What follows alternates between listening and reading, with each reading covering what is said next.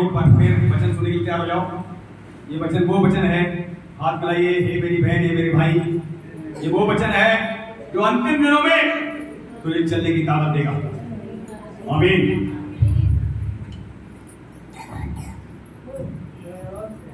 हम आएंगे, ध्यान सुनिए, हम आते हैं जल्दी से मत्ती में आएंगे।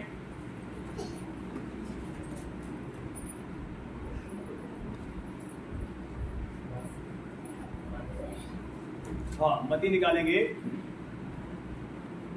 22।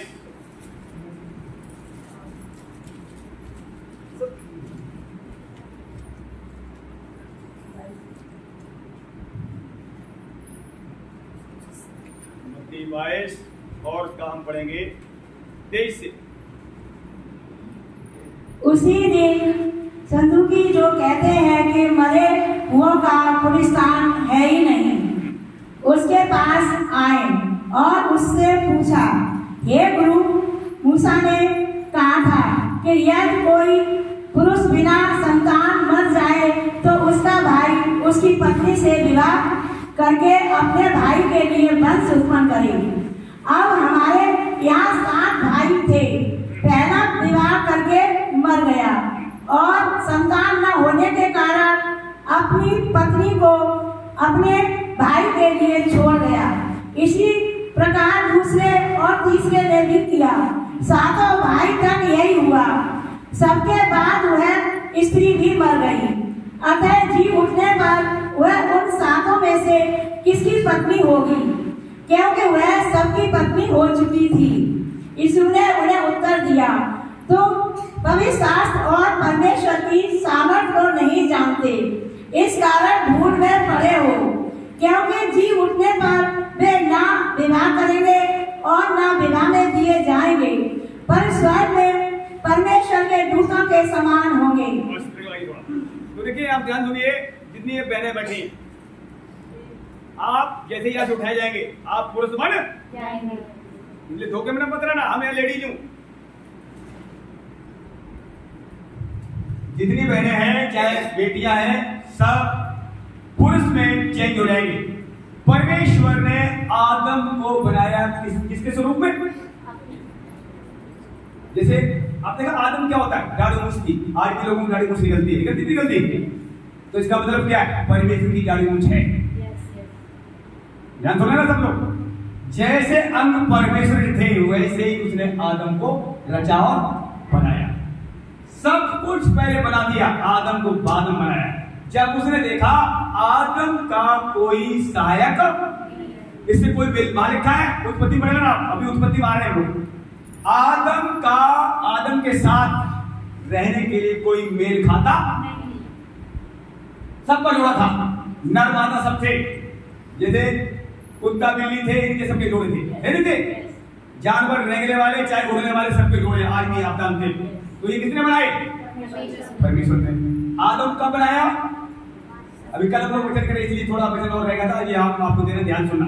तो आदम को सबसे बाद में बनाया, लिखा हुआ है। और आदम से कहा, इन सबके तू नाम, परमेश्वर लेकर आया एक जोड़े बनाकर, यार इसका नाम तू क्या रखेगा? पढ़ा है ना आपने? तो नाम किसने रखे थे?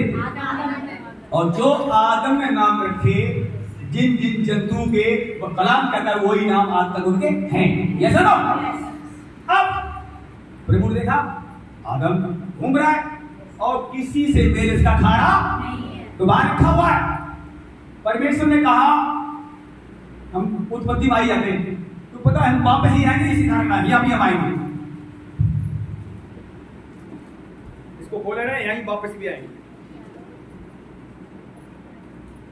उत्पत्ति निकालेंगे 1, पहले 1 निकाले, 1 का पढ़ेंगे 26 से।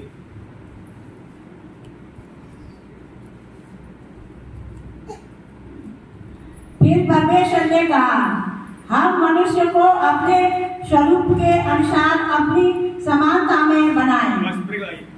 तुम देखते हैं यहाँ पर, ये बात आप सब जानते हैं। परमेश्वर ने कहा, आइए हम मनुष्य को अपनी समानता में बनाएं। जैसा परमेश्वर था वैसा उसने बनाया, ठीक है? और सब चीजों के नाम भी रखवा दिए। अब जैसा परमेश्वर था, परमेश्वर क्या है? पुल्लिंग है, वो स्त्री नहीं, जैसा ना तो इस बात को ध्यान दें, स्वर्ग में कोई स्त्री नहीं है, ना स्त्री जाएगी, क्योंकि स्त्री को बनाकर, ध्यान सुन रहे, जमीन पर रखने से गड़बड़ हुई, तो स्वर्ग में वो गड़बड़ करवाना चाहता, कान को सुन लेना। अब ये उत्तर मिलेगा आपको किसमें, जाते भैया जाए जल्दी से, अभी मती पढ़ रहे थे ना। हाँ देखिए मती में क्या लिखा हुआ है, यहाँ कुछ सदूकी लोग थे और ये कहते थे कोई पुनरुत्थान नहीं, मरने के बाद कोई जीने वाला नहीं है, इनकी एक थिंकिंग थी। जैसे आज जो प्रभु नहीं जानते वो क्या जानते हैं, मरने के बाद कुत्ते जन्म मिल सकता है, बिल्ली जन्म मिलेगा, मतलब लोगों ने ऐसी अफवाह फैला रखी है। ऐसा शास्त्र है हिंदू लोगों का, 84 लाख योनियों से गुजरना पड़ेगा, जबकि ऐसा नहीं है। आत्मा को एक बार आपको जन्म मिला है, एक बार इस शरीर में मरना और एक बार पिता के साथ न्याय होना जरूरी। एक बार आप जमीन पाए दोबारा नहीं आने दिया जाएगा इस शरीर में, मतलब मांस लोग के शरीर में आप दोबारा यहाँ आने वाले नहीं है, ऐसा बाइबल बताती है, ऐसा यीशु मसीह बताते हैं। इसलिए अगर आपको मौका मिला इस शरीर में रहते हुए तो सचमुच जीवन ठीक से बिताएं। तो हम देखते हैं यहाँ पर इन लोगों ने क्या सवाल किया यीशु मसीह से कि प्रभु पुनरुत्थान तो है ही नहीं, लेकिन यीशु ने क्या कहा। अब देखिए यीशु सवाल कर रहे हैं, एक व्यक्ति है वो मर गया है, अपनी पत्नी को छोड़कर चला गया, उसके 7 भाई थे, एक मर गया, रह गए कितने, 6। अब वो पत्नी 6 के साथ रही और 6 भी, ये वचन आप जानते होंगे, और स्त्री बाद में वो भी मर गई। अब ये सवाल पूछ रहे हैं, हे यीशु प्रभु तू मुझे ये बता, वो स्त्री 7 की पत्नी बन चुकी है, अब तू कह रहा पुनरुत्थान होगा, चल ठीक मान लेता हूं पुनरुत्थान होगा। अब ये बता वो स्त्री भी जिंदा की जाएगी, 7 भी जिंदा की जाएगी, अब वो पत्नी किसकी होगी, क्योंकि वो 7 की पत्नी बन चुकी। अब देखिए यीशु मसीह क्या समझा रहे हैं, तुम लोग पवित्र शास्त्र को जानते नहीं हो, पढ़ते नहीं हो, इसीलिए तुम धोखे में हो। परमेश्वर सामर्थ्य है, स्वर्ग में जब ये जिंदा किए जाएंगे, इनके पुनरुत्थान होगा, ये विवाह में दिए जाएंगे नहीं, ये स्वर्ग में स्वर्गदूत बनेंगे, पुल्लिंग बनेंगे, स्त्री बनेंगे नहीं। तो आप इस बात को जान लो, स्वर्ग में कोई स्त्री नहीं आएगी, नवा शादी होता है। स्वर्ग में पवित्र परमेश्वर है, उसके स्वर्गदूत हैं, पवित्र है, अति पवित्र, लिखा नहीं, पवित्र पवित्र पवित्र अति पवित्र, एक भी बुराई नहीं, देखो स्वर्ग में रहना। तो अब यीशु इन्हें समझा रहे, परमेश्वर की सामर्थ्य तुम जानते, तुम भूल में पड़े हो, इसलिए तुम पूछ रहे हो पुनरुत्थान तो होगा, सब जीव उठेंगे, जो बुरे काम करके मरे उन्हें भी जिंदा किया जाएगा, अच्छे काम करते मरे उनको भी जिंदा किया जाएगा, पर स्वर्ग में वो स्वर्गदूत तो नहीं होगी, लिखा नहीं लिखा, वो आप जान लो। अब सुनिए, आदम को जब रचा वहां पर प्रभु ने क्या कहा, अकेला रहना आदम का ठीक नहीं है। उत्पत्ति बातें जल्दी से देखते हैं, 2 अध्याय उत्पत्ति 18 से पढ़े, उत्पत्ति 2 और उसका 18 पढ़ने की क्या प्रभु क्या कह रहा है।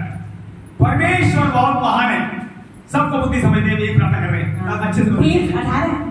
फिर यहोवा परमेश्वर ने कहा, आदम का अकेला रहना अच्छा नहीं, मैं उसके लिए एक ऐसा सहायक बनाऊंगा जो उससे मेल खाए। बस ब्रेक लगाइए।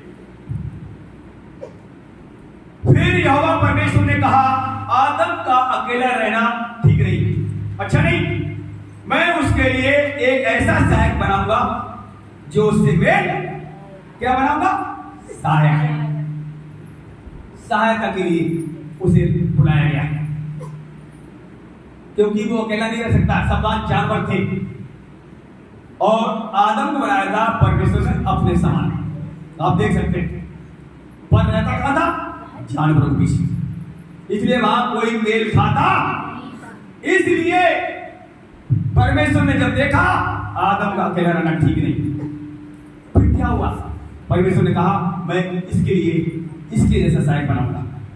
अब हम आते हैं उत्पत्ति 6 अध्याय, हुआ क्या फिर आके धीरे धीरे 6 का 1 से पढ़ेंगे। फिर जब मनुष्य भूमि के ऊपर बहुत बढ़ने लगे और उनके बेटियां उत्पन्न हुई, तब परमेश्वर के पुत्रों ने मनुष्य मनुष्य की पुत्रियों को देखा कि वे सुंदर हैं, और उन्होंने जिसको चाहा उनसे विवाह कर लिया। तब यहोवा ने कहा, मेरा आत्मा मनुष्य से सदा लोक विवाद करता न रहेगा, क्योंकि मनुष्य भी शरीर ही है। उसकी आयु 120 वर्ष की होगी। उन दिनों में पृथ्वी पर दानव रहते थे, और इसके पश्चात जब परमेश्वर के पुत्र मनुष्य की पुत्रियों के साथ पास गए, तब उनके द्वारा जो पुत्र उत्पन्न हुए वे सूरवीर होते थे, जिनकी कीर्ति प्राचीन काल में प्रचलित है। तुम देखते हैं यहाँ पर प्रभु ने आदम बनाया, फिर उसके सहायक बना दिया। अब हुआ क्या? आदम हव्वा जब मिले, सृष्टि बढ़ती चली। उसके बाद सृष्टि जब बढ़ी, उन्होंने गुनाह किया, बाहर निकाल दिया गया, लेकिन फिर भी प्रभु ने आशीष दी, भर गए, फल फूल गए। लेकिन सुरक्षित जो स्वर्गदूत गिराए गए, उन्होंने गड़बड़ी करी। उन्होंने उनकी पुत्रियों को देखा सुंदर है, उनके साथ विवाह कर लिया और बच्चे पैदा किए। तो आप देख सकते हो, शैतान जो हवाएं जो आपको दिखाई नहीं देती, वो भी सेक्स करती है, वो भी गलत काम कराती है, और बहुत सी बहनें उनकी चपेट में है। अब बताइए, आप यीशु से ऐसा काम होता चला रहा है। अगर यीशु नहीं मिले तो ये सब पाप मर जाते। यीशु आपको मिल गया, हमें मिल गया, धन्यवाद करो खुदा का, तू मिल गया।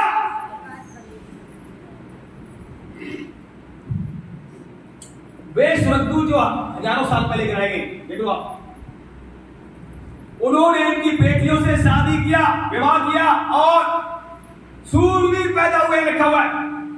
उसमें दानव राक्षस पृथ्वी में रहते थे, तब की कहानी, जब यीशु नहीं आए थे, पुरानी दिन की बात है। अगर आज आप फंसे हैं कहीं भी, ध्यान रखना, यीशु में छोटा का कुछ भी हो जाए, हर समस्या से बाहर आपको प्रभु लेकर आएगा, हर समस्या से लेकर आएगा। शैतान ने क्या औकात आपके साथ खिलवाड़ करे, क्योंकि पवित्र यीशु परमेश्वर में मिल चुका है। जिसने मैं बनाया था रचा था, अब वो हमारा डैडी बन गया, अपने बच्चों को बचाने का काम करता है। इसलिए एक ध्यान रखना इस बात का, कलीसिया मत छोड़ना, पासवान के लिए प्रार्थना करना, पासवान के शब्द को सुनकर कभी नाराज मत होना। सच बता रहा हूं, आपकी लाइफ में काम रोकने वाला नहीं, बड़ा काम करने वाला। सच बता रहा हूं, क्योंकि छुड़ाने के लिए परमेश्वर ने पहले उन लोगों को छुड़ाया, पासवान को, प्रभु को छुड़ाया, ताकि मेरे लोगों के द्वारा छुड़ाए बचाए जाए। अगर यीशु मसीह यहाँ रहते, उसने बहुत कुछ छुड़ाया। देखो, लाखों को यीशु मसीह भी चलती थी, बहुत लोग छुड़ाकर बहुत चेले मारकर स्वर्ग में चला गया। आज चेले बनते चले जा रहे हैं, और लोगों को निकाला जा रहा है। कहां से? शैतान के चुंगल से। तो वो आत्माएं अभी वही आत्माएं, मेरे पास कई बार ऐसे केस आते हैं। अभी चंडीगढ़ से केस आया था, जब हम गए थे बिहार, चंडीगढ़ की वो बहन बुला थकी में नहीं जा पाया। मैंने क्यों अकेली है बहन, तेरे पास मैं नहीं आ सकता, अगर 2-4 विश्वासी और तो मैं आता। वो फंसी हुई इस चक्कर में, शैतान से फंसा रखा है। इसमें फिर बीमारी आती है, हड्डी गलगल की लोग मिलती है, ये बीमारियां होती है। अब बताओ, यीशु आपको मिल जाए कितना जरूरी है, उससे लिपटे रहो। अभी 2-4 दिन पहले मैंने गीत सुना अंशमल का, यीशु तेरे होते मैं गुनाह कैसे करूं, यीशु तेरे होते मैं नफरत कैसे करूं। मैं रो रहा था, जबकि गीत काफी पुराना है। अंशमल दाऊद जैसे गीत गाते हैं, जैसे दाऊद वर्षिप करता था, वैसे वर्षिप करने वाला अंशमल से जो हमारे बीच में वो खत्म हो गया। जब यीशु बढ़ेगा ना, अपने आप पाप बंद हो जाएगा, अपने आप पाप बंद हो जाएगा। तुम्हारी आंखें, तुम्हारे मन पाप से हमेशा के लिए मोटी रहेगी। अब सवाल यह है कि आपके अंदर यीशु बढ़ रहा है ना। जब अपने पाप पर करो, यीशु मसीह किसी पर नाज मत करना। प्रॉपर्टी हो उसमें नाज मत करना लिखा हुआ है भजन संहिता में। जब तुम्हारी धन संपत्ति बढ़े, तब भी उस पर घमंड मत करना, फूलना मत। घमंड करने वाला, करवाने वाला हमें मिल चुका है, उस पर घमंड करना, क्योंकि वही आपको हर समय सच बचाएगा। इसलिए खराई सच्चाई वचन सुनना। अब देखा सूर्य पर मैं वचन सुन रहे हैं, मैं तो सच बता रहा हूँ, रात को डेली वचन उनका सुनते ही 12 बजे वचन सुनते, लास्ट 12 बजे वचन सुनकर प्रार्थना करते। 4-5 बच्चे बैठते हैं, अंकल बैठते हैं, और मैडम बैठती, सूर्य में वचन सुन के मोबाइल में हर ताजा वचन हमें मिल रहा है। और अभी उसमें गांव से नीलम की प्रार्थना करें, वो भी आगे लड़की बनना चाह रही है, उसे रोक रहे हैं लोग, उसको सो बनाते हैं, जैसे हम आदमी सो बनाते हैं। लेकिन सच बता रहा हूँ, परमेश्वर किसी पक्षपात नहीं करता है। जो अगर आगे बढ़ोगे ईमानदारी से, तुम्हें बढ़ाया, परमेश्वर बात किससे करेगा? जो समझेगा उससे बात करेगा ना। मतलब और तो ज्यादा बात क्यों करता है? ध्यान सुन लेना, आदमी से बात करता है पर आदमी से कम बात करता है। आदमी थोड़ा तेज होते हैं, ध्यान रखना। जब अदम बाड़गम आज हब्बा गुमराह करेगी, आज औरतें देखो किसी भी सत्संग में आना सबसे ज्यादा औरतें मिलेंगी। क्यों मिलेगी? क्योंकि तुरंत तुम्हारे साथ। तो इसलिए आप लापरवाही क्या मत करना वचन पढ़ने में, सही अर्थ समझने में, क्योंकि शैतान बहुत चालाक वचन को तोड़ मरोड़ कर गलत शिक्षा भी दे देता है। जब औरतें ज्यादा इस मसीह आ रही है तो उनमें तो वैज्ञानिक भी सोचेगा। आदमी देखो कितने आते हैं, 10-20 आदमी नहीं आते हैं, औरतें सब आते हैं। अब ऐसे ये नहीं सब जगह जाओ, टोटल बहनें आ जाती है। अब देखिए आप कहोगे फिर तो बहनें स्वर्ग में जाएंगी, बहन स्वर्ग में नहीं जाएंगी, यहाँ बदल जाओगे आप। जो आत्मा आपको दिया गया है, अभी मैंने क्या कहा था, स्वर्ग में आप जाओगे, स्वर्गदूत बन। इसलिए खुदा के लिए क्या है, और से हमारे लिए और दोनों बराबर। खुदा के लिए आदमी और औरत दोनों से बराबर है, उसे तो आत्मा चाहिए भाई। जो आएगा उसकी आत्मा बचाई, आदमी नहीं आए, बताओ बैठो आ रहे तो अच्छी बात। आदमी दिमागी और बनाते हैं, तू ही जा बोलते नहीं बोलते। तो आज अंतिम दिनों में देखिए बच्चों ध्यान सुनो, अब शैतान ने क्या किया, पूरी दुनिया को बिगाड़ दिया। क्या लिखा हुआ है उत्पत्ति 6 पढ़ा आपका मेरे घर में, पता क्या? अगर प्रार्थना बिना करके वचन पढ़ रहे हैं तो आपको समझ में नहीं आएगा। हर दिन पहले प्रार्थना करो, पवित्र आत्मा मुझे समझ नहीं। सूरज बीमारी को टेरेंट दिखा सा आया, छोटी सी प्रार्थना कर रहा है, 8 साल से प्रार्थना कर रहा था, जीरो से उठाया वो, माँ बाप कमाई नहीं कर रहा, वो अपनी कमाई से उसका है। पता आपको आज बच्चों को काम करने जाओ, काम को क्या बात नहीं मानते बच्चे, और उसने शुरू से अपने माँ बाप कहना माना, भय माना, शुरू से कमाना खाना सीखा है। और किसी से देख लो 1 रुपए फालतू मांग, किसी मानता हो ईमानदार, अगर हम ईमानदार बनते, थोड़ा का भय मानते, तो मैं गाँव दौड़ा देखो थोड़ा बड़ा काम देगा। ईमानदार बनो सबसे पहले अपने परिवार में, अपनी कलिसिया में, जहां जाओ झूठ बोलना बंद करो।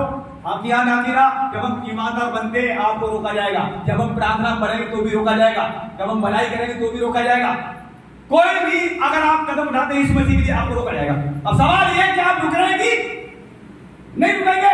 यहोवा तुम्हारा साथ देगा। रुक जाएंगे तो शैतान साथ देगा, आप जानते हैं।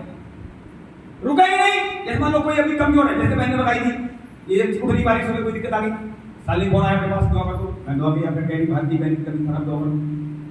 अब दुआ करने वाले लोग चाहिए तभी करो, एक दूसरे दुआ करो।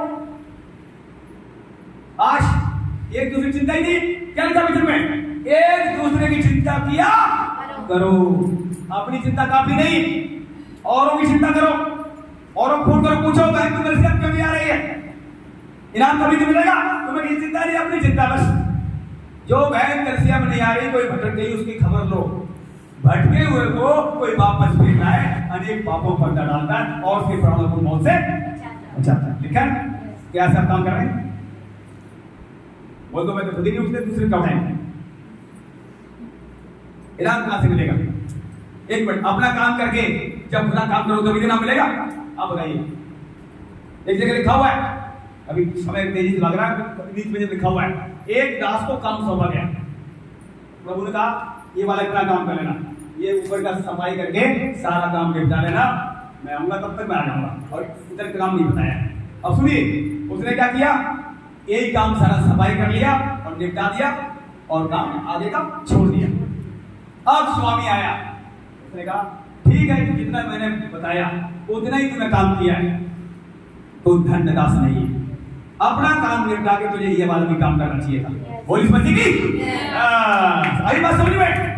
अगर जितना काम है बताया गया उसने वही आगे किया और उसे पता था ये भी काम कर लेता, ये इसमें तो गड़बड़ बनी थी। अब बताइए तो धन्य कौन है? अपना काम निपटा के दूसरों के लिए काम आए। बोल इस मसीह की अपनी प्रार्थना कर ले और प्रार्थना करना सिखाए, अपना खाए और औरों को खिलाए। तो ये जब स्वामी आया उसने कहा तू धन्यदास नहीं, तूने जितना काम बताया उतना ही किया, पर उसने इतना किया, चलो ठीक है। अब एक दास जितना बताया उसने वो भी नहीं किया, एक दिनार देखा ना आपने, एक दिनार वाले ने क्या किया, मिट्टी में काट दिया, और पूरे जब तक स्वामी आया नहीं तब तक मिट्टी में दबा रहा। 2 वाले ने 4 किया, 2 और घुमाए 4 हो गए, 5 वाले ने 5 प्लस 5 और किया, पर एक वाले ने वो भी जो बताया था वो भी नहीं किया, उसको तो ताड़ना मिली। ये दुष्ट आलसी दास, हमारे कहा सिर्फ रोना और दांत पीसना पड़ा, अंधेरे में डाल दिया क्या बात। तो अगर आप आलसी हैं सावधान, अपने घर में प्रार्थना करो, अपना पूरा करो। अगर कोई बहन कोई गुजर रही है उसके लिए प्रार्थना करो, फोन करो, बहन को कलिसिया क्यों नहीं आती है, आशीष कैसे मिले। फिर लोग कहते हैं मेरे घर में आशीष है, और चिंता है क्या कि हम फास्टली सारी चिंता सभी करता रहेगा। अब बताओ क्या मैं गलत कर रहा हूं, मुझे बताओ। आप अपनी प्रार्थना करके हमारे परिवार के लिए हमारे और प्रार्थना करें, फिर पूछे फास्टली बताओ और कोई काम है तो बताओ। जब आप अपनी प्रार्थना नहीं कर पा रहे, अपना ही घर का काम नहीं निपटा पा रहे, दूसरी सहायता कैसे करेंगे। और प्रभु को परिश्रम मेहनती लोग चाहिए।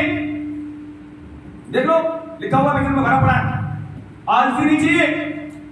जगह जगह यीशु मसीह को उदाहरण दिया है, तब लेकिन हम थे कहां से वो कहां गए। प्रभु क्षमा करे, कोई बात नहीं। अब प्रभु क्या अच्छा है वो बताना चाह रहा है, उसका ध्यान सुने ताकि हम आलसी ना बने। समय पर कलिसिया आए, अपना घर काम कर निपटा के आए, अगर काम रह भी गया तो बाद में कर ले। कलिसिया का समय कलिसिया उठे। बताइए अब कितनी बड़ी बात। मैं आपको पिछली बार बता चुका, फिर बता रहा हूं। जब मैं जयपुर संडे में जाता था, एक दिन पहले शनिवार काम निपटा लेता था, 12 बजे वहां पहुंचता था, जबकि 2 बजे प्रार्थना थी। सारा काम झाड़ू लगाना बिस्तर लगाना मेरा काम था। उससे पहले शाम से बनाने में बैठ जाता था। हालांकि यहाँ कौन सा आपको झाड़ू लगाना है, यहाँ तो आगे बैठना है, यहाँ झाड़ू लगाओ मिलता है, आपको बिस्तर लगाओ मिल रहे हैं। कौन सी बड़ी ज्यादा भीड़ आ गई, ज्यादा भीड़ वहां ज्यादा काम है। अंकुरा लगाए कभी जाओ वहां झाड़ू लगाना। अब आप समय से पहले जाओ, वहीं इतनी भीड़ है कि नहीं। अगर सचमुच कहीं भी कुछ काम कर रहे हो खुदा के लिए, आशीष ही आपको जरूर मिलेगी।